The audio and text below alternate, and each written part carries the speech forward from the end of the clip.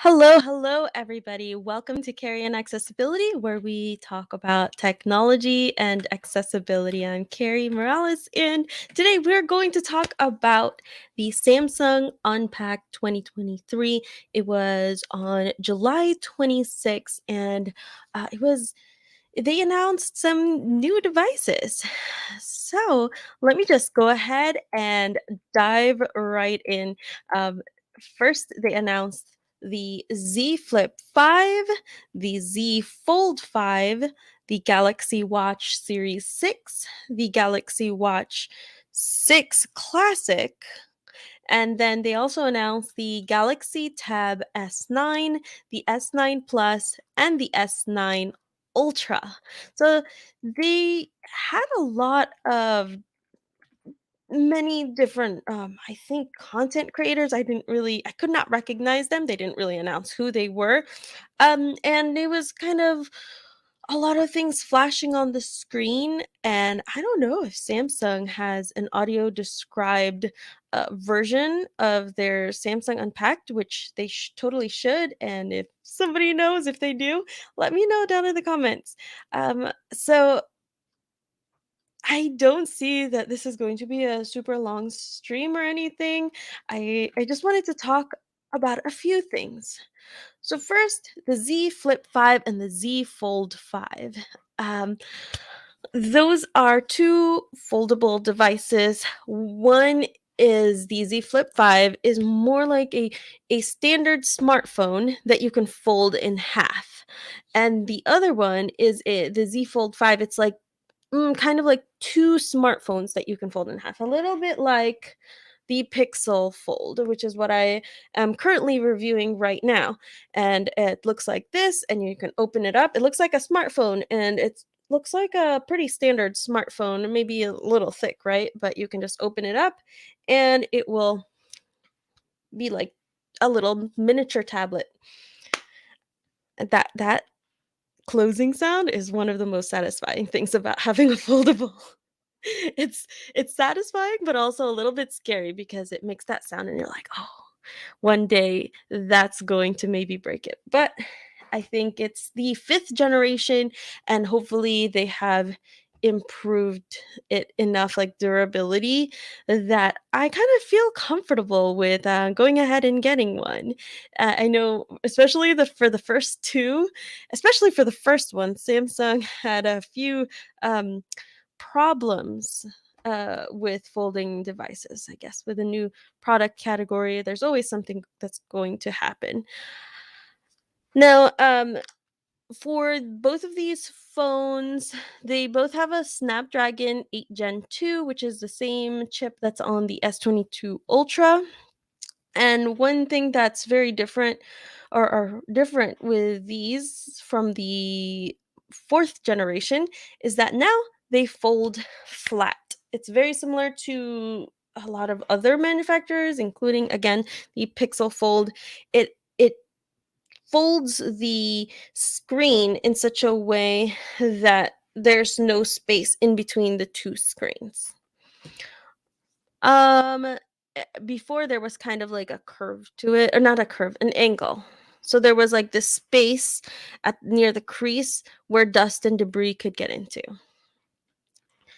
The Flip 5 on the outside has a much bigger screen than the last generation, which is a 3.4 AMOLED screen, and then the inside is a 6.7-inch screen, which is smaller than the S23 Ultra, and it's a little bit smaller than the S22 Ultra, which is what I have as well. But I think it's a pretty large phone. I kind of wish that they could make it slightly bigger and then maybe have like a 7-inch phone. That would be kind of cool. uh, you can control a lot of the things on the front screen now that it's large enough, and you can swipe. What do they say now? You can swipe up for wallet, swipe down for quick settings, swipe right for notifications, and swipe left for widgets. And I assume those are you're gonna need 2 fingers to do that if you're using TalkBack. Uh, it also uh, you can also pinch for quick tasks, and, it looks like, um, according to some YouTubers, tech tubers, they said that you will be able to launch some regular apps on the smaller screen. And it sounded like there's kind of a limit to that depending on the app developer if they support this kind of screen like a 3.4. I don't think it's necessarily about it being this small, but it is because of it being kind of squarish. See here. And hello, everybody. Oh, what did you don't okay.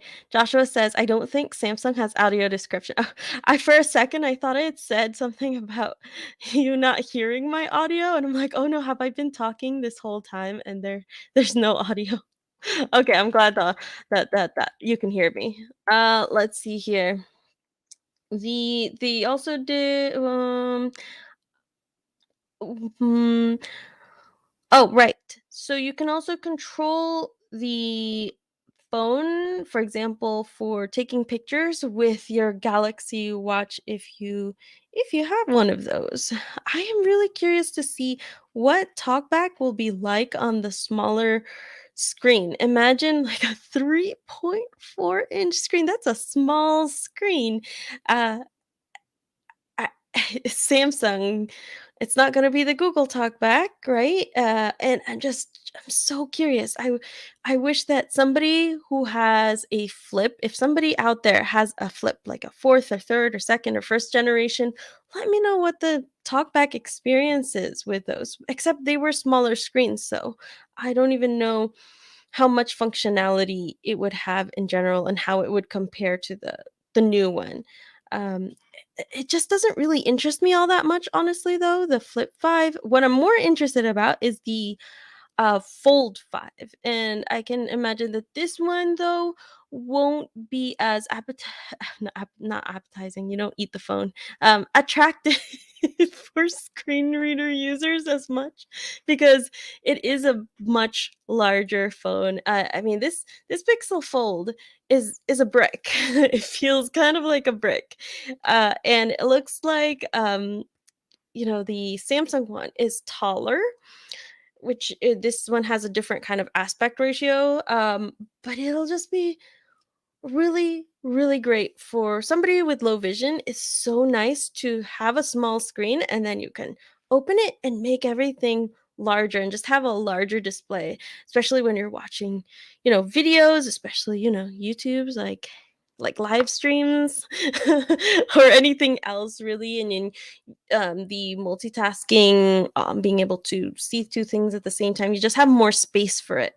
And when you're using larger display sizes, this is super, super helpful. And that's another thing. Like, what is the font size going to be like on that 3.4-inch screen? It's probably going to be really small. And I wonder if you can do the triple tap for magnification.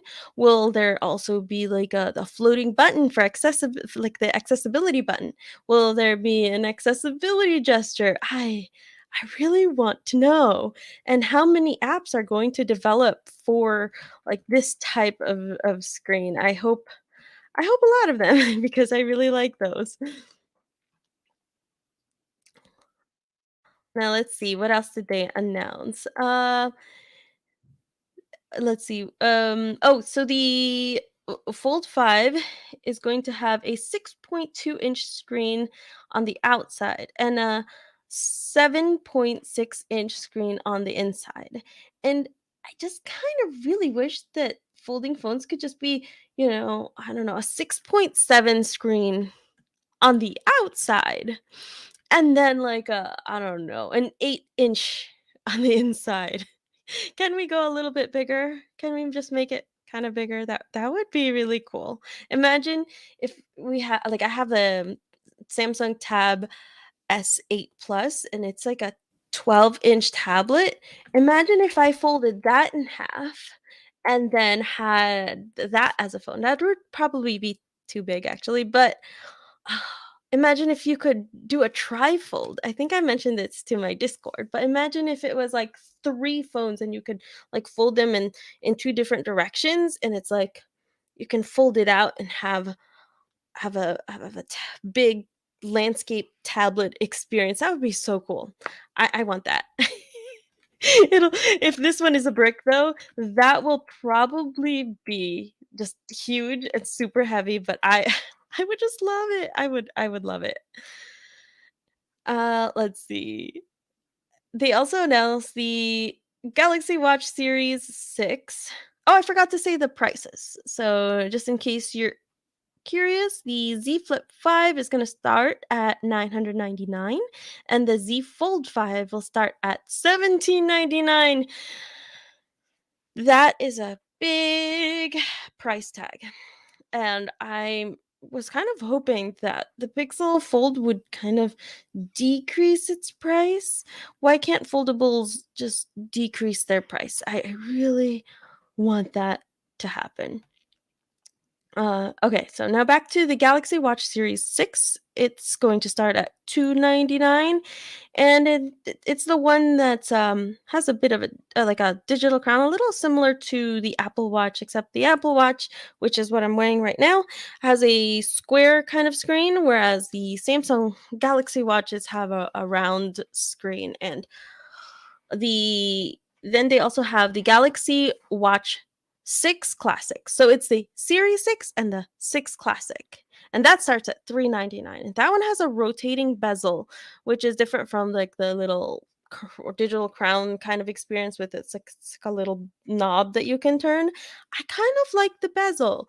I saw it at Best Buy a long time ago, and I've always wanted something like that because it's just so much easier as a left-handed user a lot of the time. It's just easier. You don't have to like reach over. Right now I have to reach over to the other side to press the digital crown, and it would just be really nice to have a rotating bezel, but I don't know if it's worth it for 399, another $100. So plus, I really am not super interested with Android watches at the moment until they can fix and improve the TalkBack experience. It's just it's really nothing close to the Apple Watch.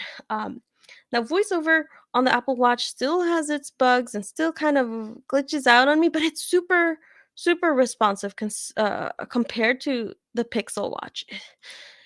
It takes forever for it to load TalkBack, and there's just a lot of lag, and I can't deal with it. I need them to improve Android watches. That would be really helpful. And then the last category is the Samsung Galaxy Tab S9, and that starts at 799. And then there's the S9 Plus, which starts at 999, and the S9 Ultra, which is 1199. So the S9 has a 10-inch screen, the middle one, the S9 Plus, has a 12-inch screen, and then the Ultra has like a 14 point something inch screen. It's really large. Wow. It's kind of really cool to have a device that large, but I could just imagine how much it weighs.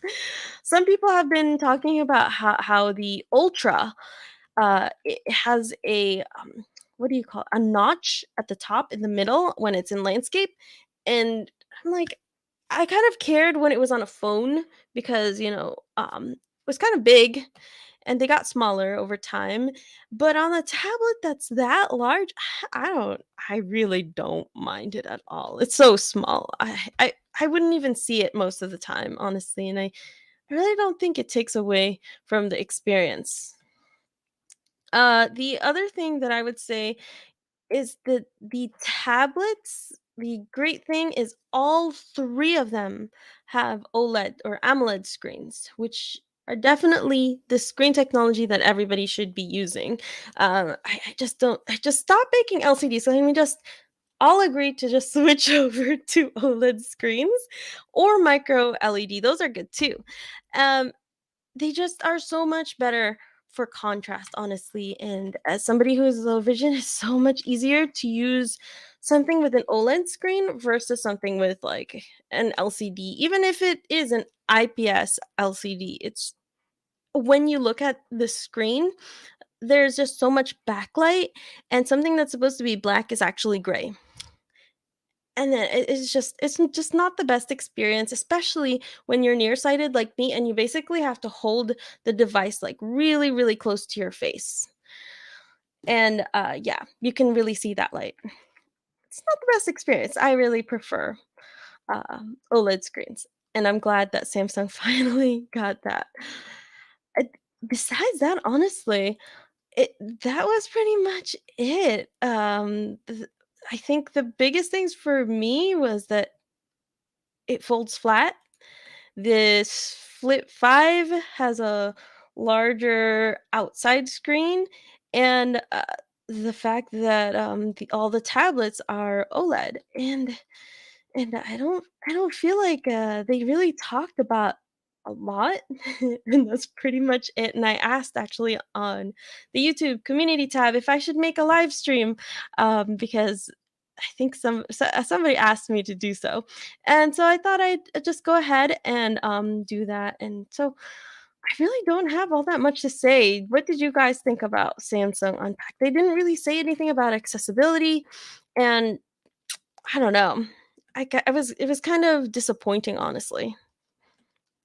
Let's see. Joshua Graham says, "Hey, hey."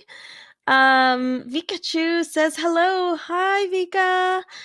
Josh says, "Don't think Samsung has audio description. That's disappointing." Right, right. Isabel says, "I'm here. Hi, Isabel." Kingslayer says, "Hi." And Larry says, "Hey, everyone." And then Tough Bfong says, "Hello, everyone." Just lean in very all the smart water. What? What are you talking about? Yeah. And really, I think that's pretty much all I have to say, unless you guys have any questions or want to say something about what you thought about Samsung. But I do need to talk about the fact that pink is better than green. So don't forget that. Pink is better than green. Okay? Repeat it with me. Pink is better than green. And if you have no idea what I'm talking about, come join the Carry On Accessibility Discord server and you can join the chaos and the fun. The link is down in this description. Joshua says it's what is it? C is silent. Shram. There you go. Shram. Okay, Mr. King of Apple. I don't know how to say your last name. I'll just say Joshua. There you go. And then Tough B Fong says, "Green is superior to pink. Don't let her fool you." Oh, no, no, no, no, no. Don't listen to him. He's full of lies. All right, everybody. Well, thank you for watching.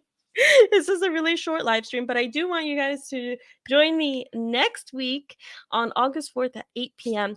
We're going to have a birthday party on the TLDR live stream series.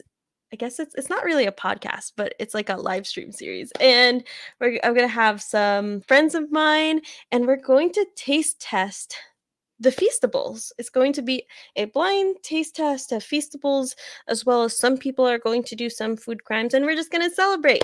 My birthday is actually on August 6th, but I am planning to take a break, a birthday week break of between August 4th to whatever the next Saturday is.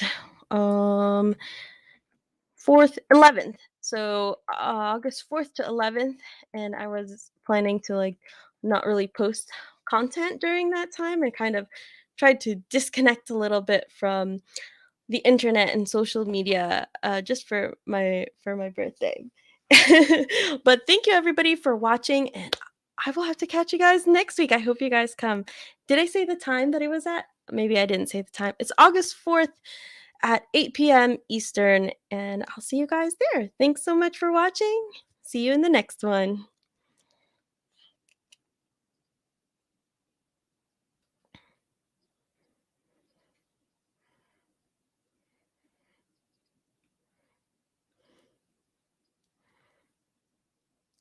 I'm still alive. Why isn't it?